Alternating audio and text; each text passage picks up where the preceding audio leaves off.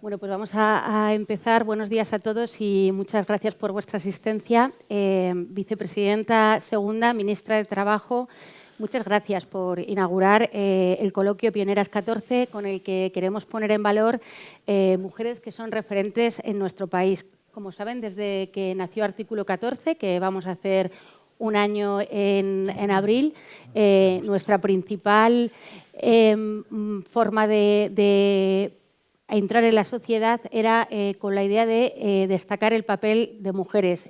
Pioneras quiere eso. Usted fue la primera candidata mujer a presidenta del Gobierno, es decir, una pionera.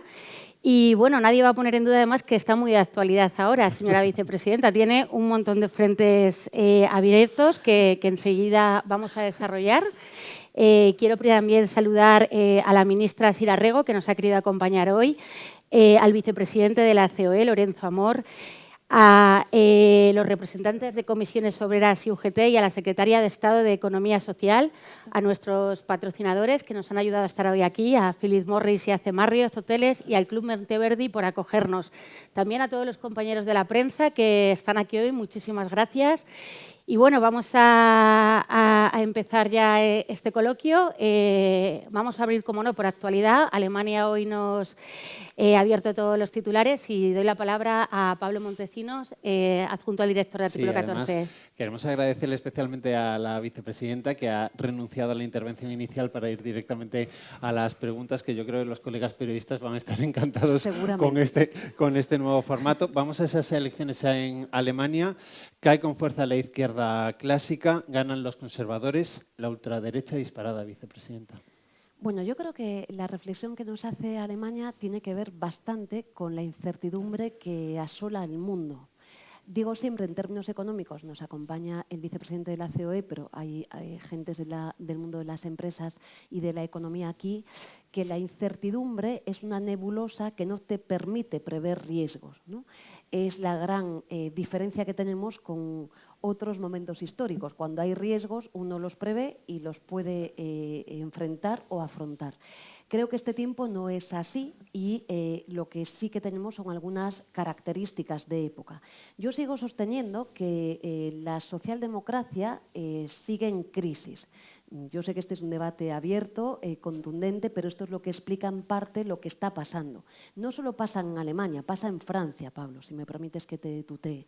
Digo esto porque cuando hemos vivido las elecciones en Francia, unos jóvenes y unas jóvenes francesas en la Sorbona habían dicho aquello de que, claro, entre Le Pen, ¿no?, y Macron tiene que haber algo, ¿no? Es decir, que el cuestionamiento que se hacía es que son como modelos, ¿no?, que en la propuesta política se repiten, ¿no?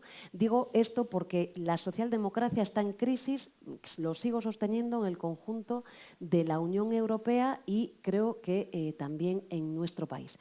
Dos, estamos ante un proceso que es muy profundo y grave en el que la extrema derecha, que comparte agendas en el mundo, voy a estar esta semana en Argentina y también en Uruguay, está creciendo sobremanera, ¿no? Y vemos algunos elementos de centralidad que son las propuestas políticas conservadoras, que en este caso me parece que lo interesante de Alemania, una vez más, a diferencia, con todo el respeto lo digo, del Partido Popular Español, no está a la altura de las circunstancias. Yo respeto mucho a los adversarios políticos, pero creo que lo que ha hecho Alemania ayer, señalando, ¿no?, colocando no un cordón sanitario, sino democrático a la extrema derecha, es una singularidad que me parece que a día de hoy, Pilar, no está haciendo el Partido Popular en mi país. Lo vuelvo a decir, yo quiero un Partido Popular que negocie. Y en este camino, ese cordón democrático, en el caso de España, tendría que suponer que si el Partido Popular, como dicen las encuestas, salvo el PSID, gana las elecciones, el Partido Socialista debería apoyar aquí. ¿Sería posible esa gran coalición democrática? Lo hemos vivido, Pilar. Recordemos muchos procesos de comunidades autónomas. Y no ha querido el Partido Popular hacerlo. El Partido Socialista tampoco. En algunos casos sí, en otros no. No me compete a mí hablar por nadie. Yo lo único que quiero decir es que nosotros necesitamos unas formaciones políticas democráticas y, por tanto, que se tomen en serio lo que está pasando en el mundo. Trump no es una broma. No es una broma. Las guerras en el mundo no son una broma. Las guerras comerciales no son una broma. Empobrecen a los pueblos. No es ninguna broma. Y, por tanto, insisto, desde una convicción democrática, yo creo que necesitamos un Partido Popular que tenga un proyecto de país. Yo lo vuelvo a decir, me encantaría discutir. Tuvimos como un mes, ¿no?, de señor Feijóo, que hizo propuestas políticas, que se adentró en la reducción de la jornada laboral, que le dijo al ministro Agustín Duy que estaba dispuesto a negociar las medidas de conciliación. Ese es el Partido Popular que hemos conocido ya hace demasiado tiempo. Lo dice una mujer progresista, que no comparte ese modelo, pero en el que también vemos un Partido Popular que tiene muchas coincidencias con el Partido Socialista. Lo vamos a ver estos días con algunas votaciones importantes. Vamos en un rato a volver a la política internacional, pero nos centramos en el bloque económico de trabajo. Los compañeros periodistas están muy pendientes de si se ha producido una llamada o una conversación. ¿Ha podido usted hablar ya con María Jesús Montero a propósito de la retribución del salario mínimo? La voy a ver esta tarde. Es que ha estado en el Congreso de Andalucía y esta tarde nos veremos. No puedo desvelar el orden del día en la Comisión de Asuntos Económicos delegada de nuestro Gobierno, pero como saben ustedes, este asunto no me compete al Ministerio de Trabajo, le compete a la ministra de Hacienda y nuestra propuesta es conocida, la justicia fiscal y la pedagogía fiscal empieza por arriba y van a convenir ustedes conmigo que un tipo marginal del IRPF a partir de 17.000 euros que sea el mismo que el de una renta de 100.000 euros al año no es justo. Igual que no es justo que una pequeña empresa, un autónomo, tribute al 17,5% y una gran corporación lo haga al 3,8%. Entonces, el debate sobre la fiscalidad es muy importante y nuestra propuesta desde Sumar es clarísima. Sin desvelarnos nada, pero es optimista, es decir, ¿usted puede mantener ese compromiso que decía la semana pasada de que la gente que tenga salario mínimo no va a tener que tributar IRPF? Yo, Pilar, le tuteo también, si me permite, sí. No invado competencias ajenas nunca, jamás. Tenemos la ministra Sira Rego y yo misma muchas posiciones diferentes al Partido Socialista. Ejercemos nuestras competencias con respeto y cumplimiento al valor a la palabra dada que le hemos dado a los españoles y las españolas y nosotras en nuestras competencias intentamos defender las políticas públicas que nos competen. Esta competencia no es de la ministra de Trabajo, es de la ministra de Hacienda. Y ahí lo dejo, quiero decir, porque yo, es verdad, no lo vuelvo a decir porque ya me conocen ustedes, no se ha discutido esta propuesta política en ningún órgano interno del Gobierno y esto es una anomalía. Les vuelvo a decir, imagínense si Sira Rego o yo hiciéramos esto en el Gobierno de España. Incluso cuando nos posicionamos en competencias propias, en fin, hay todo tipo de opiniones diversas, imagínense. Por tanto, esta competencia no es nuestra y desde luego nosotros vamos a intentar y nosotras que esto no suceda, pero ya no le compete al Ejecutivo, creo que está en otras partes de las decisiones. Por rematar la cuestión, si la solución no viene del seno del Consejo de Ministros, del Gobierno, si no hay un acuerdo ahí entre las partes del Gobierno, está el capítulo del Congreso de los Diputados, correcto. Hay una iniciativa ya presentada de Sumar, también hay otra del Partido Popular. No sé si ve más cerca esa pinza Partido Popular-Sumar para quitar esa retribución del salario mínimo o si antes tendría que interceder Pedro Sánchez, porque lo cierto es que no le estamos escuchando al presidente del Gobierno hablar sobre esta cuestión. Sí, desde luego a nosotras nos gustaría que hubiera un acuerdo en el seno del Gobierno. Es lo que nos gustaría. Ahora bien, insisto, si la titular competente declina y quiere llevarlo al Congreso de los Diputados, se resolverá. Es verdad que hay 3 iniciativas encima de la mesa. Una es de Podemos, otra es del Partido Popular y otra es de Sumar, igual que la iniciativa que ha presentado Sumar en relación a la indexación, ¿no? Por la afectación que tiene el salario mínimo. Y digo esto porque nosotras tenemos una discrepancia aquí fundamental con el Partido Socialista y, bueno, lo que no puede ser es que las políticas públicas se definan por con quién vota uno o cuando uno decide votar. Y me quiero explicar, es decir, nosotras hemos leído con mucha atención la iniciativa de Podemos y del Partido Popular y no es exactamente lo que nosotros proponemos, digo con el rigor técnico, ¿vale? Entonces, aquí lo dejo al grupo parlamentario para que estimen y hagan los ajustes pertinentes, pero desde luego nosotros y nosotras, por el bien común, creo que lo hemos defendido siempre, la política basada en la destrucción del adversario va en contra de la inteligencia colectiva y del sentido común. Yo entiendo que el Partido Socialista, cuando decide, ¿no?, votar alguna iniciativa con el Partido Popular o con el PNV o con otras formaciones políticas, lo hace sencillamente porque piensa que esas políticas son correctas. Ahora, descalificar a una formación política porque toma sus decisiones, desde luego yo no lo voy a hacer, no lo hago nunca ni lo voy a hacer en esta ocasión. Y señora vicepresidenta, a ver si nos puede un poco aclarar que decía Pablo, el presidente del Gobierno habla poco de esto. Yo no sé si está a favor de que tribute o no el salario mínimo Pedro Sánchez. No sé si usted nos puede orientar. Se lo tienen que preguntar a ellos, a él. Creo que hay que preguntárselo a él. Bueno, yo creo que sería conveniente que en el seno del Gobierno se alcanzara un acuerdo, insisto.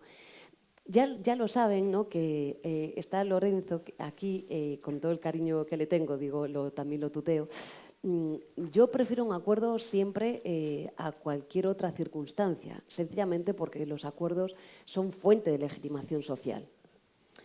Si yo dijese a España en alguna materia, en cualquier materia, da igual, en la que fuere, no voy a mover una coma, bueno, ustedes abrían sus medios de comunicación y harían bien. Ahora, creo que cuando alguien, como dice el profesor Inerarity, que saben que admiro y que sigo con mucha atención, cuando alguien hace este tipo de posiciones, realmente es que, no quiere realmente cambiar las cosas. Si yo me siento a negociar desde una posición de firmeza, que es el todo, bueno, pues obviamente seré muy pura en mi planteamiento, pero no voy a cambiar la vida de los españoles y las españolas. Me remito a los hechos porque creo que ya he fraguado bastantes acuerdos y no va de perder o ganar en los acuerdos, va de que gana la ciudadanía. Y no voy a dejar de hacer pedagogía, pero creo que una posición, insisto, si yo les dijese a ustedes por primera vez, no voy a mover una coma, hombre, no sé, sería titular. Se pasa el tiempo volando. Vamos a abrir otro capítulo, el de la reducción de la jornada laboral. Se refería usted, citaba a Alberto Núñez Feijóo cuando empezó a hacer propuestas. Me acuerdo perfectamente que cuando presentó el plan de conciliación, usted le dio la bienvenida y dijo, bueno, pues planteamos la posibilidad de llegar incluso a acuerdos. ¿Está esa puerta cerrada? No. Hablo de la reducción de la jornada laboral. La otra vía sería, digo, en el ámbito parlamentario, convencer a Junts. ¿Cómo van las negociaciones? ¿Cómo va este capítulo?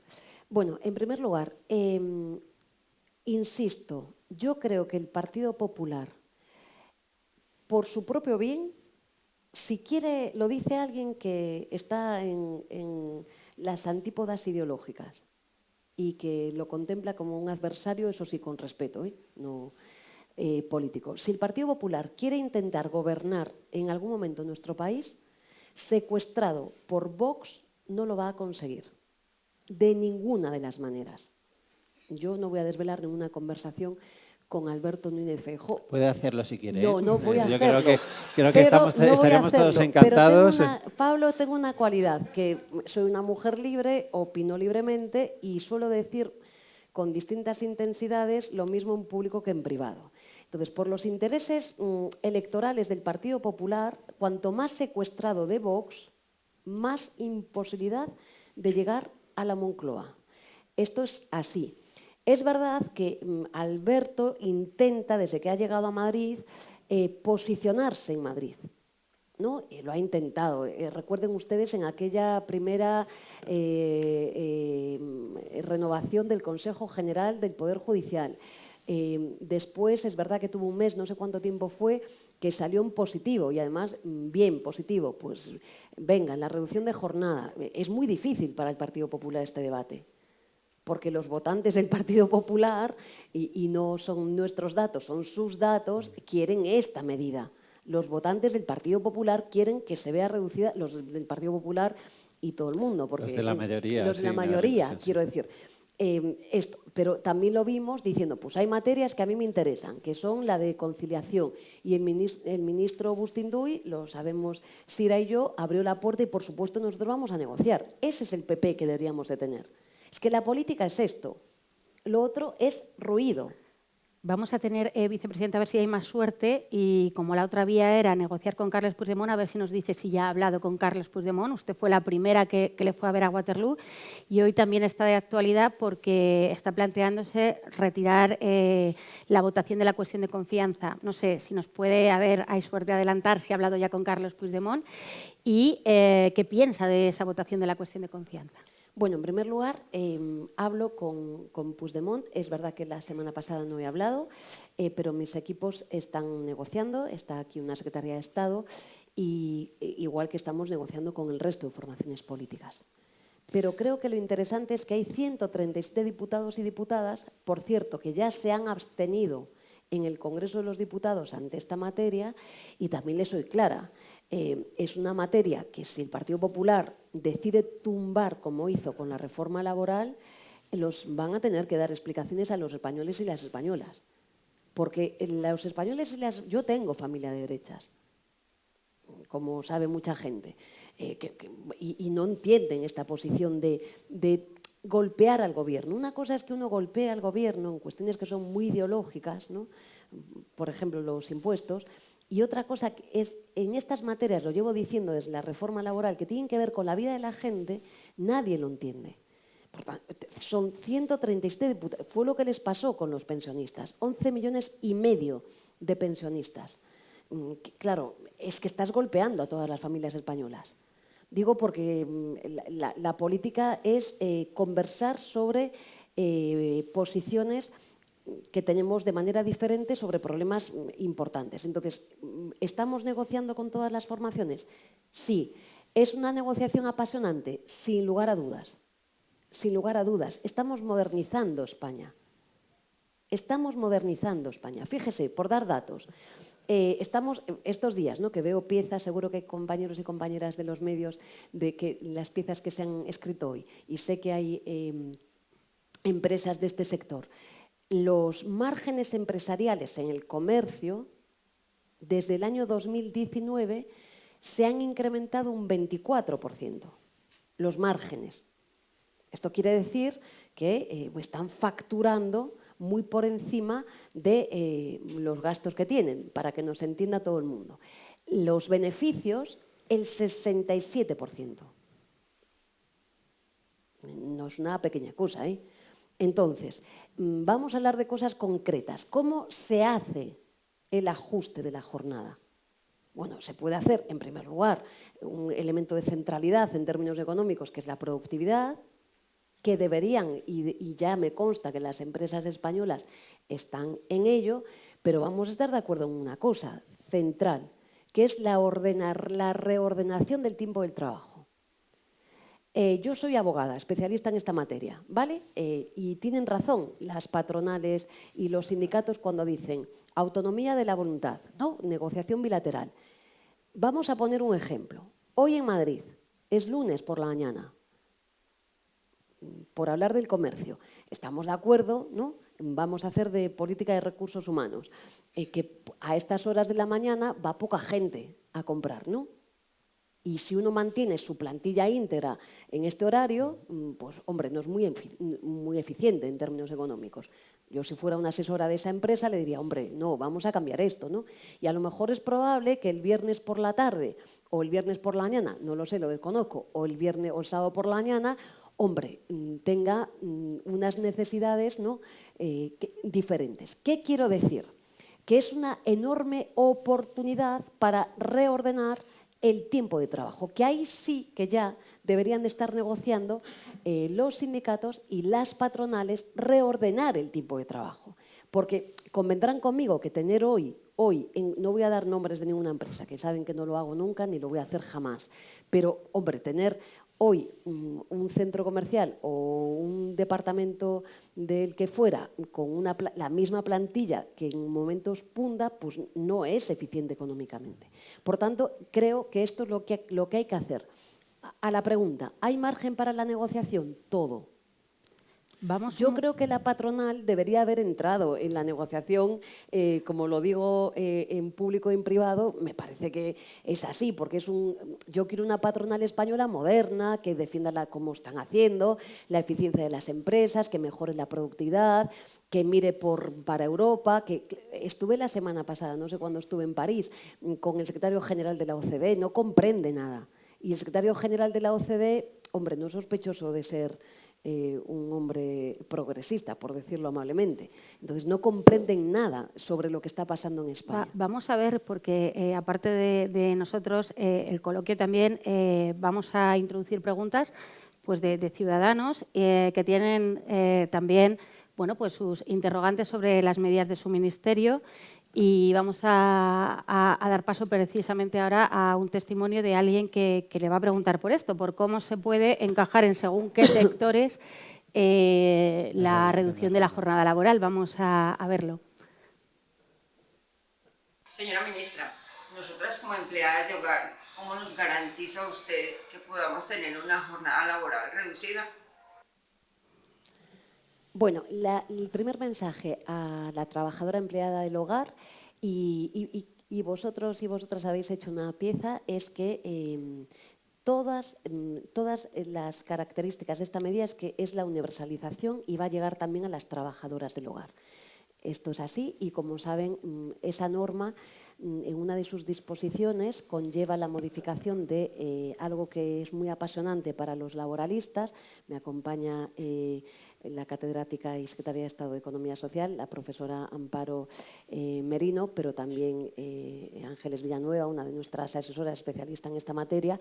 Es una de las materias, digo, ustedes lo saben, apasionante, Lorenzo igual, porque son las jornadas especiales, y ahí vamos a hacer un reglamento específico ex post en las jornadas especiales para hacer el control horario, pero la medida es universal para todos los trabajadores.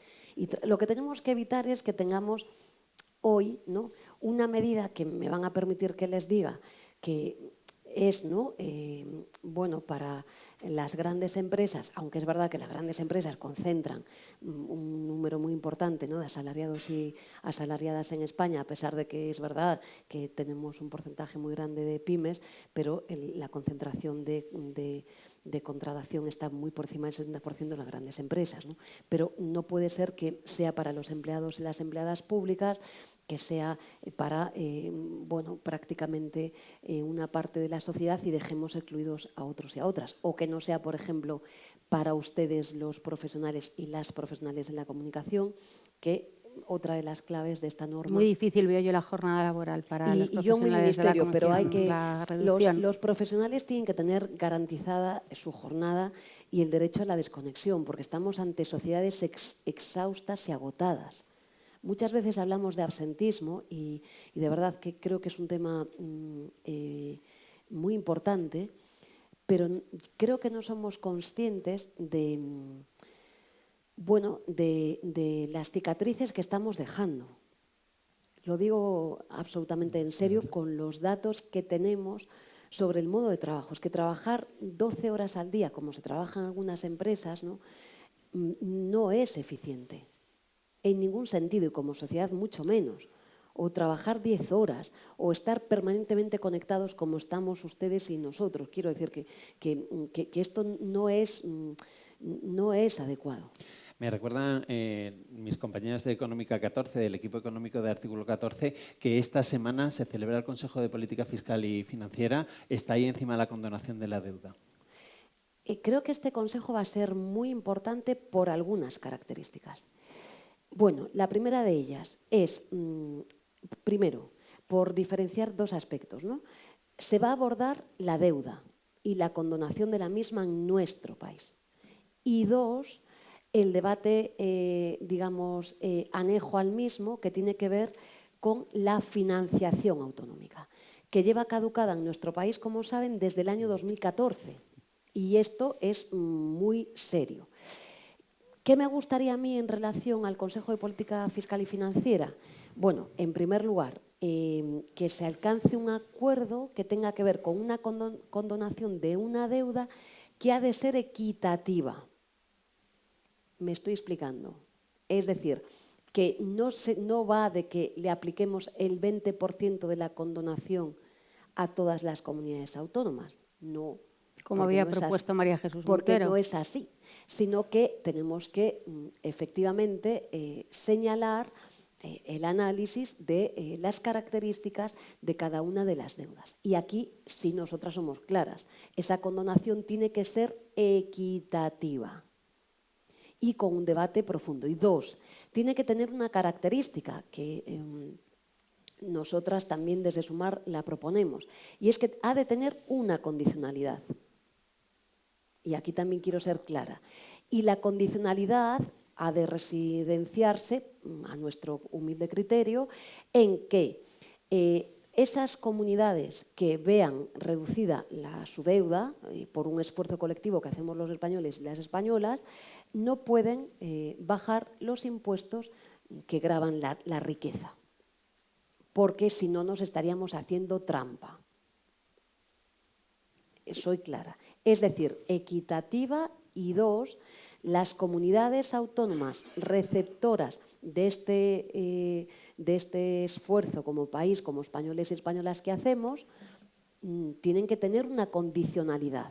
No puede bajar impuestos el señor Illa, entonces. Que graven las rentas. Nosotras somos claras en esta, porque no sería justo.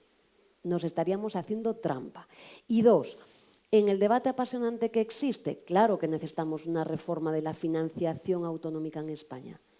Y aquí vuelvo al Partido Popular. Es que la financiación no va del PSOE o Sumar o un partido concreto, es que va de los españoles y las españolas. Es que va de que yo soy gallega, ¿no? Y el señor Rueda, lógicamente tenemos unas características de dispersión geográfica. Yo sé que esto en Madrid, a veces explicarlo no se comprende. Hay algún periodista y alguna periodista que vivió en Galicia que lo conoce bien. Una plaza en un hospital público en Galicia cuesta 7 veces más que una en Madrid. Por tanto, el fenómeno de dispersión geográfico importa mucho. El fenómeno de envejecimiento para un asturiano o asturiana importa mucho, muchísimo importa.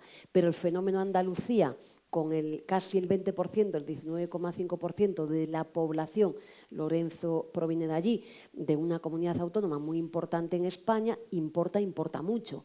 Y por supuesto importa el Estatut catalán, que tiene unas singularidades. Y por supuesto importa también las singularidades que tienen algunas comunidades autónomas, como es el caso de Extremadura, con unos déficits estructurales que son importantes. Entonces, ¿todo esto es posible? Sí, con unas características, que es la solidaridad, obviamente la equidad en el sistema y el respeto a los diseños que nos hemos fijado. Pero oigo poco hablar de todo esto. Y de financiación singular para Cataluña, porque las tres condiciones que usted ha puesto no son las que los independentistas han puesto sobre la mesa para apoyar, pues entre otras cosas, los presupuestos, que es lo siguiente que teníamos aquí nosotros en la agenda. ¿Financiación singular para Cataluña?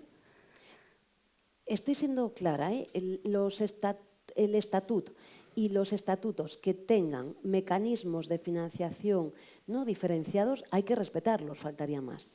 Pero a la vez digo que los hechos diferenciales y las necesidades que tiene Galicia, que tiene Andalucía, que tienen, podría seguir con todas las comunidades autónomas del país, tienen que ser tenidas. ¿Esto es posible? Claro que es posible, pero para eso necesitamos políticos y políticas de altura. Necesitamos un Partido Popular que diga, es que fíjense, es que los presidentes y las presidentas de 11 comunidades autónomas del Partido Popular necesitan esto. Entonces, la política no es un juego. No sé si me explico. Acabamos de tener un acuerdo en el Pacto de Violencia Machista. Los políticos y las políticas estamos para esto. La ministra Sira Rego acaba de cerrar un acuerdo con Canarias. ¿Es posible cerrar acuerdos con formaciones políticas que no piensan como nos? Pues claro, es que si no, ¿qué es la política?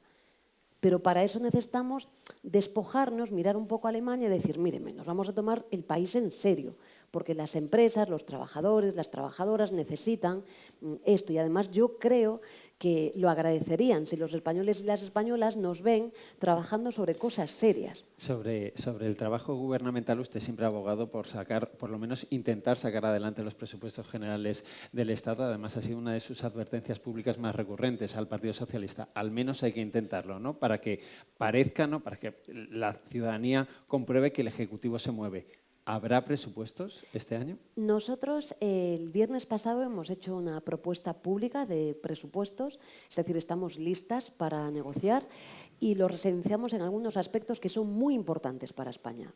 El primero de ellos, estamos en momentos de guerra comercial. Bien, tenemos dos informes, el informe Draghi y el informe Letta. Una propuesta firme nuestra sí es defender la autonomía estratégica abierta y justa. Pero claro, esto no son palabras. Esto es que tenemos que aprovechar los presupuestos para reindustrializar nuestro país. O si no, ¿qué hacemos? Con las diferencias que mantenemos con el Ministerio de Hacienda, tenemos una propuesta de servicios públicos que pasa por tener, en lugar de una SEPI que concentra X empresas públicas muy importantes, alguna de ellas una agencia de noticias en nuestro país, hombre, que hagamos una agencia que modernice ese sector y permita también modernizar en la industria España. Para esto tiene que pasar algo fundamental y es una discrepancia importante con el Partido Socialista. Y es que la SEPI, bien para nosotros sería una agencia industrial en España, no puede depender del Ministerio de Hacienda. Cuando uno dice la política industrial depende del Ministerio de Hacienda, es que no va a desempeñar política industrial en España. Y yo quiero que mi país produzca cosas. Y además creo que es una oportunidad para España producir cosas. Si no, seguiremos hablando de autonomía estratégica, nadie sabe de qué hablamos, ¿no? Es verdad, iremos a los EPSCOs los ministros y ministras, pero no avanzaremos. Dos, una propuesta que nosotros residenciamos en reducir la desigualdad en España. Y tiene que ver con algo fundamental, que son los cuidados. Va a salir en próximos meses una sentencia importante que tiene que ver con la Directiva 2019-1158 de conciliación. Seguimos incumpliendo en nuestro país y seguimos sancionando. Yo no entiendo nada, me lo van a permitir. Imagínense que yo, por no cumplir con una directiva, estuviera sosteniendo multas diarias importantísimas en mi ministerio. Merecería la reprobación, pero no solo es por eso. Es que esa directiva nos obliga y al menos 4 semanas de permisos han de ser retribuidos. Pero damos un paso más. Queremos la ampliación de los permisos por nacimiento a 20 semanas. Tampoco estamos pidiendo, ¿no? Las familias, las personas jóvenes de este país, si quieren y desean ser padres, no van a poder hacerlo. Digo, este es el debate de época. Sí, pero es un debate que parece que hay una parte del gobierno que no lo tiene tan prioritario como usted. En todo caso, Pilar, nosotros escribimos, no hacemos reflexiones. Hemos presentado a la sociedad española un documento extenso, que además nuestro equipo técnico de economistas, que me van a permitir es de los mejores de España, lo han sustanciado, lo tienen a su disposición y somos claras. Y hacemos esta propuesta. Después que nos digan que no. Pero esto es así. Y una cosa muy importante.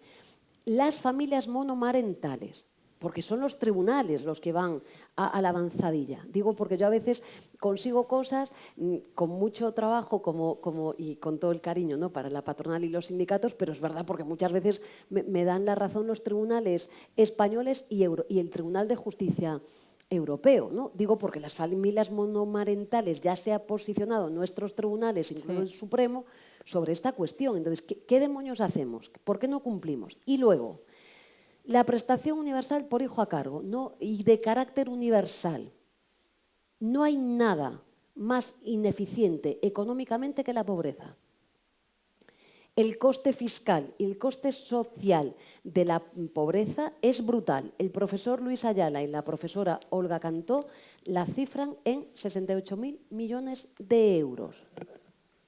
Se nos ha tildado de todo, pero nuestras medidas funcionan. Son lo que permiten hoy, la verdad, humildemente, es lo que hemos aportado al Gobierno de España de la mano del diálogo social, lo tengo súper claro, reducir la pobreza, que es muy grave y severa en nuestro país. Y luego otro asunto, la vivienda. Pues acojo que va a abrir el capítulo de la vivienda, porque cuando hemos salido a la calle, no se puede hacer usted una idea, pero la mayoría de las personas jóvenes, chicas, hablan sobre la vivienda. Vamos a ver en el vídeo los testimonios, porque la mayoría van por ahí, ¿eh? Si aunque ahora cobre 200 euros más que hace 3 años, pero el alquiler son 900 euros, ¿cómo voy a poder independizarme? ¿Qué medidas se plantean? Ahora estoy buscando piso y lo mínimo que encuentro es una habitación compartida por 500 euros y es que así no hay nadie que se independice. ¿Qué podéis hacer por nosotros? Y todos en esa línea, vicepresidenta. Yo ando por la calle todos los días, de verdad. Da igual que subamos el salario mínimo, da igual que subamos los salarios en España, que hagan un esfuerzo compartido de país, si la principal fábrica de desigualdad en España hoy se llama vivienda. Es imposible. Por tanto, ¿qué hay que hacer? Bueno, en primer lugar, yo lo llevo a mi terreno. Hay que hacer una gran reforma, como hemos hecho en la reforma laboral, que tiene, digamos, 3 partes. La primera es de construir las políticas fallidas. En España no ha habido a lo largo de la democracia ni política de vivienda ni política de familias. Son 2 graves agujeros que tenemos en España y ahora tenemos que corregir lo que no se ha hecho. En primer lugar, corregir esa no actuación. ¿En qué sentido? Bueno, lo más urgente es que necesitamos medidas que no sirven a largo, pero sirven a corto. Y en el corto plazo hay que intervenir en el mercado. No queda otra. Igual que hemos hecho con la energía. Porque sus hijos, nuestros hijos e hijas, cualquier persona, cualquier ser humano en España está siendo víctima de esta situación. Y no es un problema solo de salarios. La mediana salarial en España sigue siendo de 1.599 euros al mes. Ya no digo el salario mínimo. Esta chica, si en lugar de percibir ese salario, percibiera por un convenio colectivo, fuera ingeniera en una empresa cualquiera, una química, la que fuera en España, y percibiera un salario de 1.599 euros al mes, no puede vivir en prácticamente ninguna ciudad española. Entonces hay que intervenir el precio. 2, hay que meter mano a los fondos de inversión. Soy clarísima. El problema de España no es el salario mínimo, son los fondos de inversión.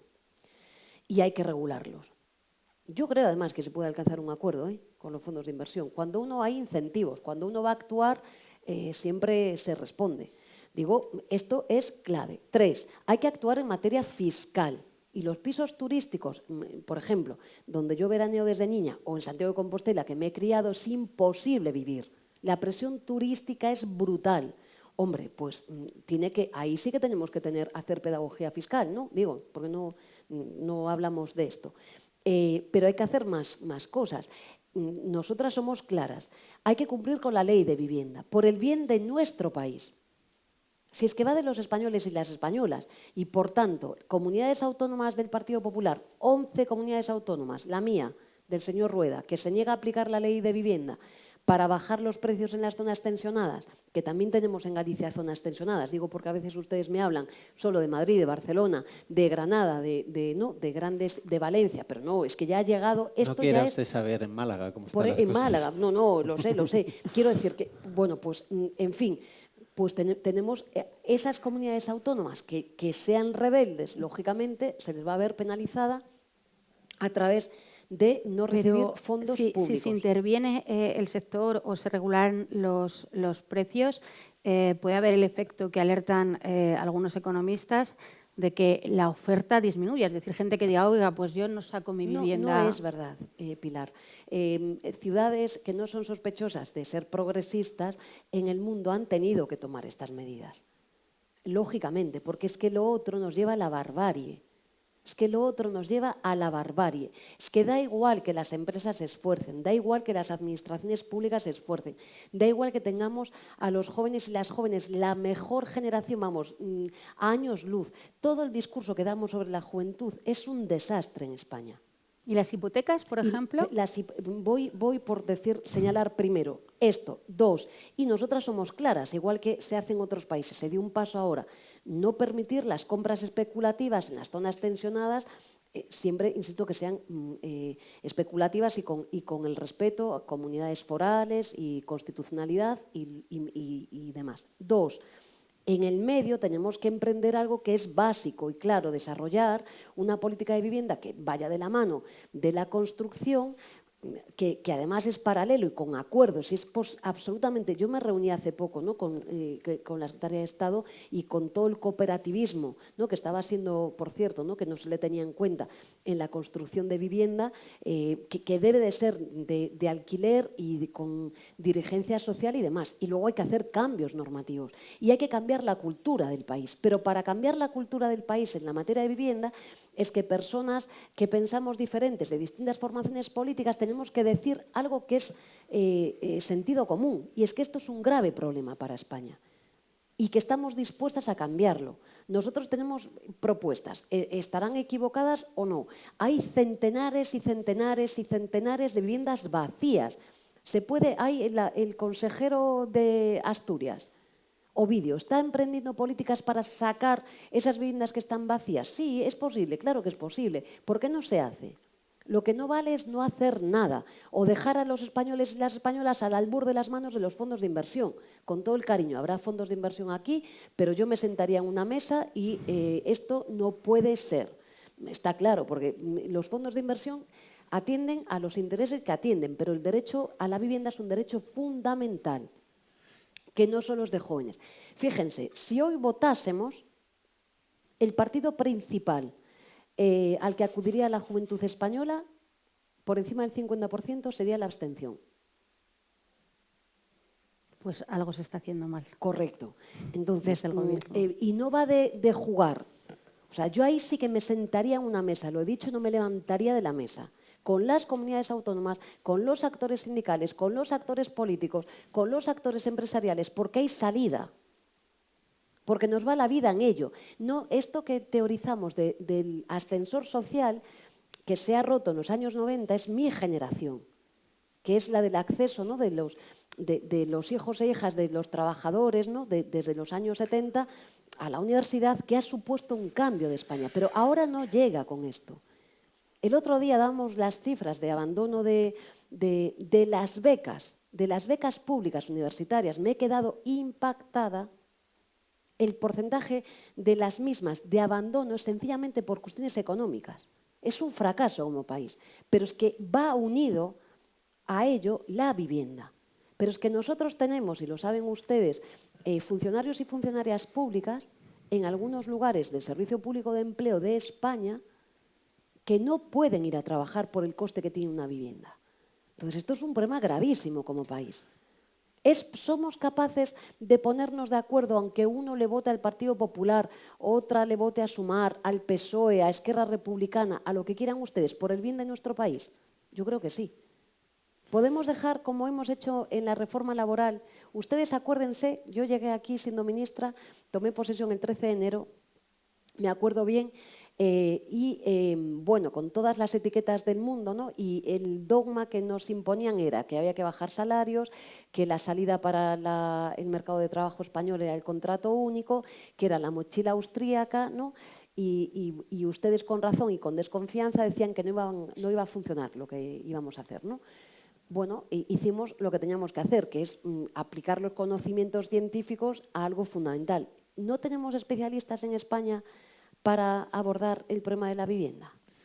Tenemos muchas preguntas. Vamos a cerrar el bloque económico. Alejandro López de Miguel, que es nuestro corresponsal político que cubre la información de Sumar para el artículo 14, me pregunta por el estatuto del becario, el calendario con el que trabaja el Ministerio, cuándo podría estar concluida la tramitación. También si hay novedades sobre otro estatuto, el del artista. Y me decía Alejandro que usted últimamente habla mucho de inteligencia artificial. ¿Lo van a abordar en el Gobierno? ¿Aboga usted por regularlo de alguna manera?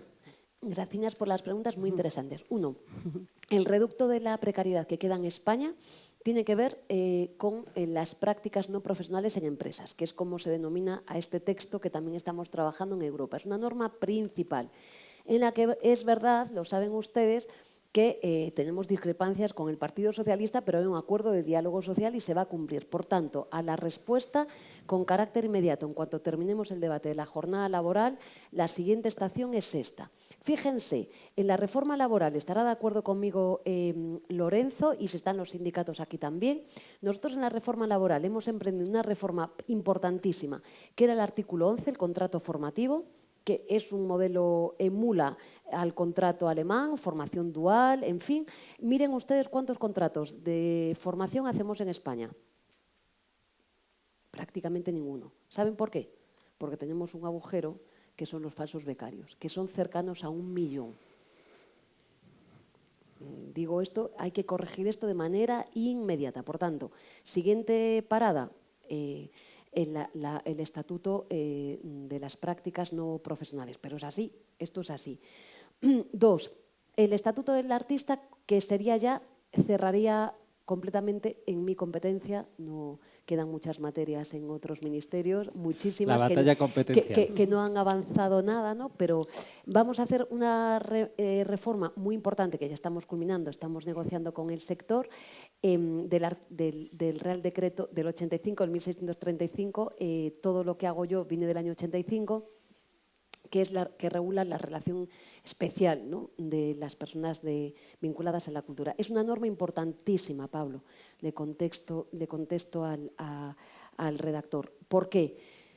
Bueno, en primer lugar, porque va a modernizar esa relación especial, que ya la hemos modernizado anteriormente, pero regulando también muchos aspectos de la misma, desde el tiempo de trabajo, qué hacemos con los tiempos de ensayo, qué hacemos con un montón de singularidades que tiene esa relación. 2, está la ministra Arrego, que estamos trabajando con ella, faltaría más, con su ministerio, todo una gran novedad, que es el trabajo infantil, no solo en la cultura, sino también en Instagram, en las redes y demás, que es un tema, como saben, apasionante.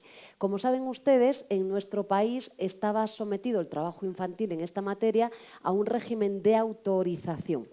Bueno, pues aquí van a ver que regulamos de la mano de ellos y ellas, que lo saben, que lo conocen mejor que nuestro ministerio. Bueno, ¿cuáles son las franjas en las que se puede trabajar? 2, ¿con qué duración? Digo, pues no se puede, por ejemplo, anuncios publicitarios, ¿no?, que vemos a bebitos y bebitas, ¿no?, bebés y demás. Bueno, pues vamos a establecer el límite que ellos nos indican, que no se puede menos de 2 meses. Pero a partir de 2 meses, ¿cuánto puede estar expuesto un bebé o un niño, una niña de 1 año, de 2 años? Vamos, ella podría contestar seguramente mejor que yo, pero lo hemos trabajado ahí muy bien y con una serie de condiciones, que es cómo se formula la relación contractual ahí. Entonces, esto es muy importante. 3, todo lo que tiene que ver en la relación laboral y el uso de los algoritmos. Yo he de corregir, en este caso, la pregunta, porque me apasiona la inteligencia artificial. Fui portavoz como diputada en esta materia y llevo, desde que he llegado al Ministerio, no solo avanzando en la ley Rider con acuerdo tripartito, sino que he hecho una comisión de expertos y expertas que nos acompañan en el uso de inteligencia artificial en las relaciones laborales, que es el debate de manera central de época. Por tanto, aquí, ¿qué hacemos en esta norma? También regulamos en la relación laboral la inteligencia artificial, que, como vengo diciendo, no es tan artificial, y mucho menos en la cultura, es decir, y mucho menos en su profesión. Se está entrenando la inteligencia a través de lo que ustedes escriben, de lo que ustedes reproducen, de las imágenes. Es decir, que lo que vamos a hacer, y es muy novedosa esta norma también, es solo en la parte que tiene que ver con las relaciones laborales, en este caso, de los y las creadoras en España. Pero creo que va a ser una norma muy importante, bien bonita, que además estamos trabajando con ellos y con ellas, que va a modernizar definitivamente el sector. Y la inteligencia artificial, respondiendo a la pregunta, no solo es apasionamiento, es que tenemos que actuar. No va de tecnocasta, va del sistema que permite la tecnocasta. No va de frases, va de que hay que actuar. El profesor Lasalle o la profesora Francesca Bría y tantos y tantas especialistas están señalando que hay que hacer algo. Lo que hemos hecho en España con la ley Rider, ¿es posible hacerlo? Sí, pero hay que hacer más cosas. ¿No? Digo porque hay que hablar de fiscalidad, hay que hablar singularmente de auditorías algorítmicas, hay que hablar de transparencia algorítmica, hay que hablar en la comisión de expertos que tenemos, que además aquí hemos hecho una herramienta pública de los pocos países como Austria y alguno más en Europa, una herramienta pública para esto. Yo me quedé sorprendida porque muchos empresarios y empresarias, cuando hablábamos con ellos, nos decían que efectivamente la caja negra existe. Es decir, que ni ellos mismos ni ellas mismas saben cuál es el manejo de la fórmula algorítmica o la instrucción matemática que sesga el comportamiento. Esto no es democrático. Pero es que además, fíjense, pongo una reflexión. El presidente Trump parece que ha decidido autorizar, ¿no?, el acceso a los datos bancarios de la ciudadanía norteamericana. Hay bancos españoles, yo no voy a dar nombres, cuyos fondos de inversión son todos, son nuestros, de ellos. ¿Ustedes se dan cuenta de lo que eso supone en términos democráticos y de derechos civiles? ¿No merece una regulación esto? Digo, porque no solo va de decir el problema es la tecnocasta, no. Eso existe. Y un oligopolio concretísimo con 4 multinacionales norteamericanas y una china. Yo quiero que produzcamos inteligencia artificial y seamos, como españoles y españolas, soberanas también en esta materia y también como europeos y europeas. Pero tenemos que hacer algo, ¿no? Digo porque aquí, claro, solo hablar de tecnocasta, pero no señalar nada más, cuando las propias empresas son las interesadas, y no solo va de ciberseguridad, claro que va de ciberseguridad. Le está mandando unos cuantos mensajes hoy al presidente del gobierno. Está haciendo un repaso por todos los ministerios. Nosotros, creo que el equipo de Sumar, ¿no?, y somos de fondo, ¿no? Nuestra cultura política somos de hablar poco y poner en papeles lo que pensamos. Esto me acompaña, entonces no va de... Va con una carpeta al Consejo de Ministros, pero usted entiendo, que yo enorme. he dado una entrevista, no sé si están por aquí los compañeros y compañeras, hace ya mucho tiempo, en un periódico importante de nuestro país, todos lo son, que he dicho que, hombre, el relato está muy bien, es muy importante, pero primero tiene que estar sustanciado en hechos y reflexiones. Por tanto, voy a quedarme con esto del relato y los hechos. Pero ya me conocen, yo soy de hechos. Entonces, uno luego acompaña el relato, pero solo relato, ya sé que es muy disruptivo. Yo puedo decir muchas cosas y quedan frases muy bonitas. Fenomenal. El problema que creo que hay que actuar. Y perdóneme, relato, vuelvo y hechos. Estos días también precisamente ha habido una contradicción y es el caso sobre las informaciones que están saliendo sobre Juan Carlos Monedero. Y me gustaría preguntarle si piensa que esto, a la lucha que han hecho desde el espacio de Sumar, perjudica casos como el que hemos visto, que no tiene nada que ver el relato con los hechos, parece o presuntamente. Esto, ¿cómo afecta a la lucha, a la causa feminista, estos comportamientos?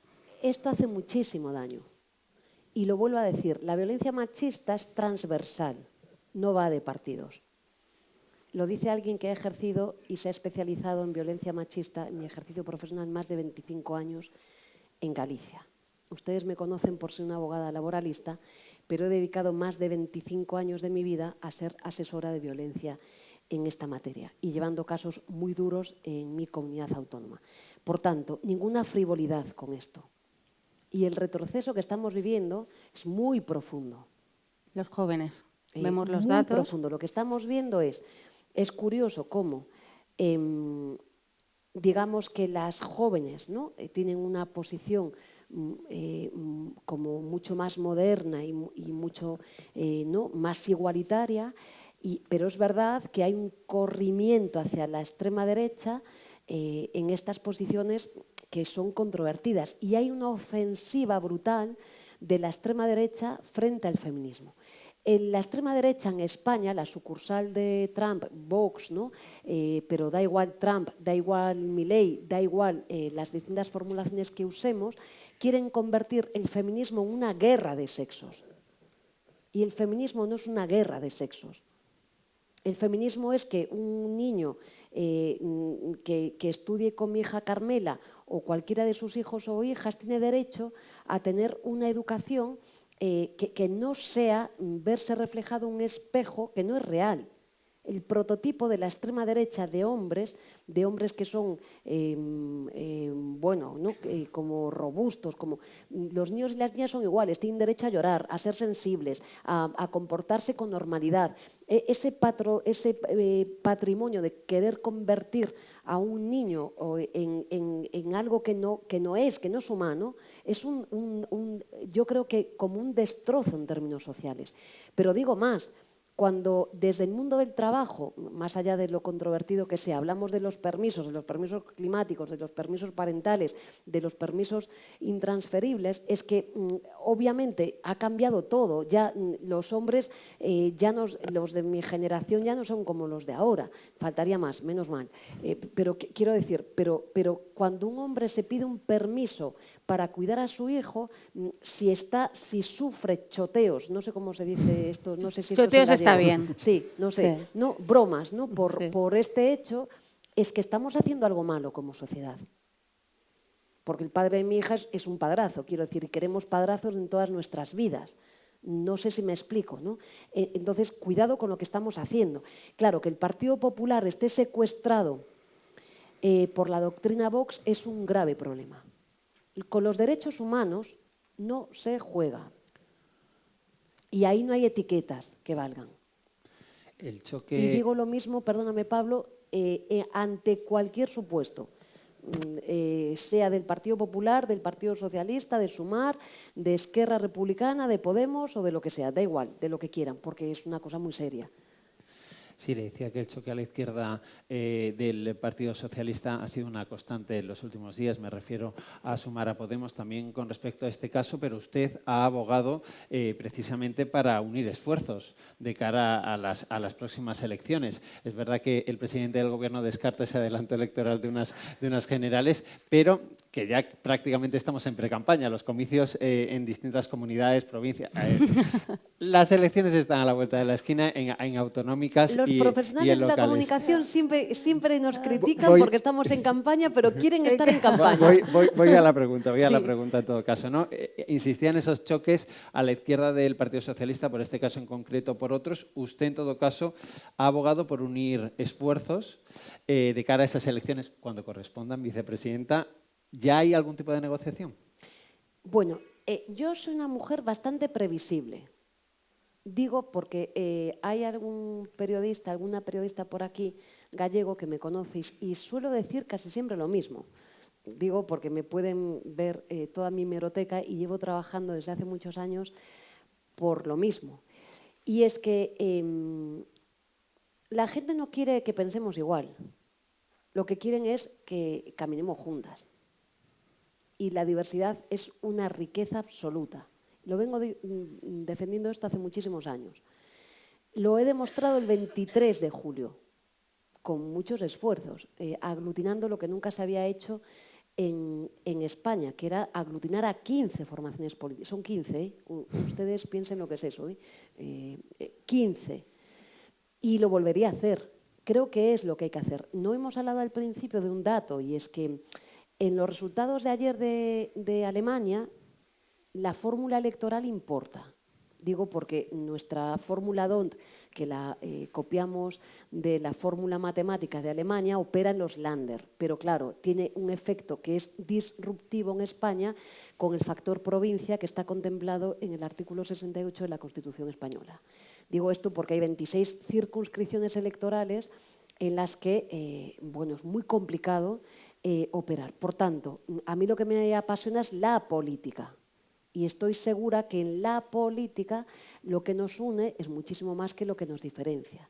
Claro, para eso hay que hablar de política, de modelo de conciliación, de política industrial. ¿No? A mí el resto de consideraciones ya sé que son muy apasionantes, no me interesan nada. Lo que me han enseñado en mi casa, que vengo de una casa que creo que ha aportado una casa colectiva de los españoles y las españolas, que ha dado lo mejor de nuestro país, es que hay que ser generosa y cambiar la vida de la gente. El resto de las cosas son un poco secundarias. Por tanto, volvería a hacer exactamente lo mismo.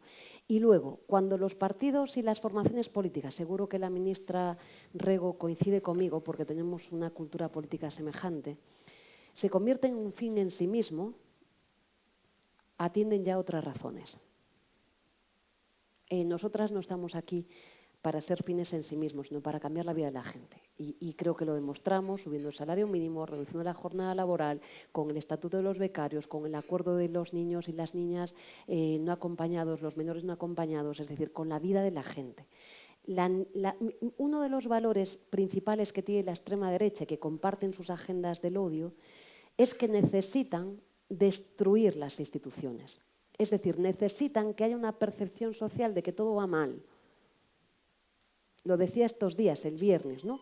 Si el ingreso mínimo vital no funciona en un barrio de Madrid o un barrio, da igual, de Andalucía, la percepción que hay es que, mire usted, pues que da lo mismo todo. Por tanto, desde luego, para los y las demócratas las instituciones importan, porque las instituciones son centrales para la vida de la gente. Me mete prisa, vicepresidenta, porque es verdad que nos estamos excediendo de tiempo. Le vamos a robar 5 minutitos más, muy rápidos, pasan volando, sin ningún problema, abusando de su confianza para volver a la política internacional. Nada, le hago preguntas telegráficas y remata la directora. Primero, a favor de subir el gasto militar, sí o no. ¿Qué pasa con el gas ruso? Con todo lo relacionado con Ucrania, nos gustaría su opinión, cómo se cumple con la OTAN, si está a favor de ese ejército para la Unión Europea. Le he hecho un mix, pero... Estos temas me apasionan. Voy a empezar por el gas ruso. Veo que estos días el Partido Popular está criticando al Gobierno de España por la importación de gas ruso. La principal empresa que importa gas ruso es Naturgy. Y la segunda es una que está ubicada en mi comunidad autónoma, se llama Reganosa. Y tiene participación pública de la Xunta de Galicia, el señor Rueda, presidente del Partido Popular, y mi presidente de comunidad autónoma, casi cercano al 30%. Se debería de responder el Partido Popular qué hace con el gas ruso. Y Naturgy por un contrato previo que tienen que cumplir. Digo porque cuando se hacen acusaciones deben de sustanciarse con datos. Y por tanto, la segunda empresa que más gas ruso importa para el proceso de regasificación está ubicada en mi comarca, se llama Reganosa, y la Xunta de Galicia, antes de Feijóo y ahora el señor Rueda, tiene una participación cercana al 30%.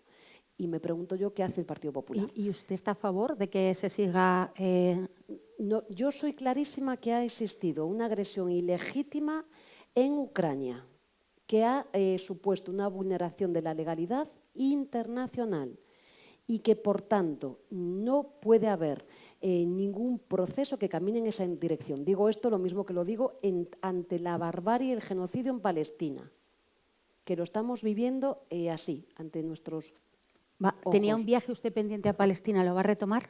Desde luego, en cuanto pueda y se me autorice, voy a ir a Palestina. Estoy trabajando desde mi ministerio mucho con no solo el Gobierno, sino con la ministra palestina y, desde luego, tengo muchísimo interés, no solo como vicepresidenta del Gobierno, sino que creo que estemos mostrando ante el mundo la barbarie sin hacer absolutamente nada, me parece realmente dramático. Y a la política de defensa. El debate no va de presupuesto de defensa. El problema que antes he dicho, en España no hay política de vivienda y no hay política de familia, no hay política de defensa. Nos acompaña la señora Cospedal, que ha sido ministra. Es que no hablamos de defensa. ¿Cuál es el modelo de defensa que quiere España y cuál es el modelo de defensa europeo que necesitamos? Nosotras somos claras.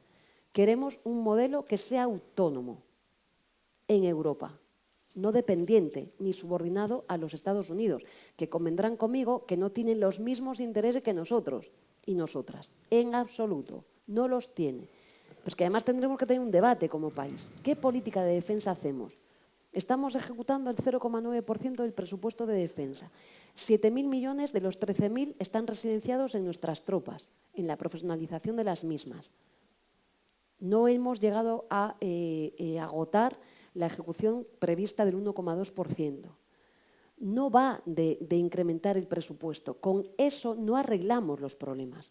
Va de que definamos una Unión Europea que tenga una política exterior y de defensa propia. 2, que reordenemos todos los efectivos que tenemos, la inteligencia y el talento que tengamos y que nos planifiquemos para un mundo que es muy complejo. Creo que esto, pero me gustaría que se hablase de política de defensa. A mí me gustaría que se lleven los debates. Lo he dicho, llevo diciendo esto, no me escucha nadie, pero hace mucho tiempo, no, digo porque... Aquí tiene el foro, aquí sí, pero no me vicepresidenta. escucha, digo, porque los debates de país tienen que ir a las Cortes Generales. Y los españoles tienen derecho y las españolas a saber qué piensa cada quien en materia de defensa. Digo porque hay ciertas normas también de si hacemos una cosa u otra tiene que pasar por las Cortes. Pero es que democráticamente, por respeto institucional, ha de ser así.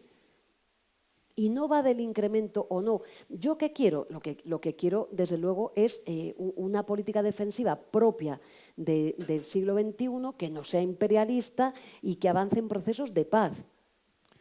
Escuchamos poco la palabra paz, y es necesaria. La última vicepresidenta y cierra la directora, me va a permitir que desvele que cuando usted ha llegado, la conversación que hemos tenido ha sido referida al Papa Francisco. Me ha contado usted que estaba muy preocupada por la salud del Papa. Tiene buena relación Sí. con el Santo Padre. ¿Ha tenido posibilidad de escribirle directamente o de tener algún tipo de comunicación con el Vaticano? ¿Sabe cómo se encuentra? Tengo una magnífica relación con el Papa Francisco, como saben ustedes, y estoy haciendo seguimiento diario de su estado de salud a través de una de sus personas colaboradoras. Y aprovecho esta pregunta para desearle la mejor de las suertes. Los romanos pontífices son muy importantes en la historia y en el tiempo en el que vivimos. Y es verdad que más allá, siempre le digo a él, ¿no?, que creo que el hecho de que yo sea gallega y él argentino nos ha ayudado mucho. A veces las relaciones personales se sustancian por elementos, ¿no?, las institucionales, perdón, por elementos personales, ¿no? Y yo creo que ha influido mucho en los dos este factor, ¿no?, de galeguidad en mi caso. Ahora que voy a Argentina, mi directora de gabinete, que es Virginia Uzal, que también es gallega, me acompañará. Sabemos muy bien lo que es para un gallego una gallega argentina y a la inversa. No nos podemos explicar los unos sin las otras, ¿no? Pero es verdad que leo con mucha atención todas sus reflexiones. Es verdad también que tengo discrepancias en otras materias, faltaría más, legítimamente, pero desde luego, lo vuelvo a decir, creo que es el embajador del trabajo decente en el mundo con la OIT, ¿no? Y desde luego, y su compromiso, ¿no?, con la lucha contra el cambio climático, la emergencia climática, su compromiso con la juventud. O sea que, en fin, no soy creyente, pero respeto mucho, desde luego, a las personas que sí lo son. Me lo han enseñado en mi casa, más allá de que he estudiado Derecho Canónico y muchas otras materias, ¿no? Pero que además no nos explicamos, ¿no?, sin esta reflexión que hago. Yo, antes de hacerle la pregunta de artículo 14 para cerrar, como está hablando mucho de Argentina, sí quería saber, con el señor Milei, hemos tenido unas relaciones diplomáticas complicadas, no sé tampoco cómo está eso, porque que yo sepa no ha habido un acercamiento. ¿Usted cómo encara ese viaje a Argentina? Bueno, con absoluto respeto institucional, voy invitada por la universidad, voy a tener una agenda intensísima con empresarios, con sindicatos, en fin, con el Banco de Desarrollo, con un montón de entidades, con absoluto respeto. Yo, fíjense, en aquella crisis institucional, ¿no?, dije que era un país muy importante para nosotros y para nosotras, ¿no? Y no solo ejercía de gallega, que también, o sea, en Galicia causó como un shock, ¿no?, A lo mejor puede aprovechar usted para romper el hielo. Bueno, yo he comunicado formalmente mi viaje. Lo he hecho tanto al presidente, a la vicepresidenta y al ministro del ramo. He tenido un encuentro en la Asamblea General en Ginebra de la OIT con el ministro del ramo y su equipo y, desde luego, siempre defiendo las relaciones institucionales más allá de las discrepancias que podamos tener. Pero el viaje va a ser, creo que, interesante y sí intentaremos reflejar lo que aporta España y el hecho diferencial que tenemos, ¿no? Bueno, vamos a terminar con la pregunta que nos encanta hacer a nuestras invitadas en artículo 14 y es ¿para cuándo va a haber una mujer presidenta del Gobierno? ¿Está preparada España? ¿Qué pasa? Sin lugar a dudas. España está preparadísima para que tengamos una presidenta del Gobierno y deberíamos de tenerla, sin lugar a dudas. Lo tengo clarísimo. España es feminista. Nuestras hijas, las hijas de Lorenzo y las mías, son feministas, sin lugar a dudas. Pero digo más, es que cuando se habla de la juventud a veces me pone nerviosa porque se hace un retrato de la juventud española que no es verdad. No son de cristal, ni mucho menos, y no se pone en valor que los valores de los jóvenes, de la juventud, han cambiado en los cuidados, en el compromiso feminista. Voten después a lo que voten. Pero cuando son preguntados y son preguntadas ellas, son diferentes. Por tanto, claro que España es feminista, sin lugar a dudas. No hay ninguna empresa ya que pueda prescindir del talento femenino. O sea, sería un desastre. 3, la sociedad española es diversa. Y, por tanto, en los equipos humanos lo que tenemos que tener son personas LGTBI, por supuesto, mujeres, hombres, todo tipo de profesionales, porque enriquece, creo que, la manera de actuar. Y, desde luego, a mí me haría súper feliz que tengamos una España que por fin, ¿no?, esté liderada por una mujer. Me encantaría. Bueno, muchas gracias, vicepresidenta, por habernos acompañado. Ha puesto usted muchos deberes. Yo he apuntado para la ministra de Defensa, para la ministra de Hacienda, para la ministra de Vivienda. Está la agenda llena de deberes. Muchísimas gracias por atendernos. Un placer que haya inaugurado este Foro Pioneras 14 y gracias también a nuestros patrocinadores otra vez y al Club Monteverdi por habernos acogido. Gracias a los compañeros de la prensa y a todos los que han estado aquí. Muchísimas gracias. Muchas gracias.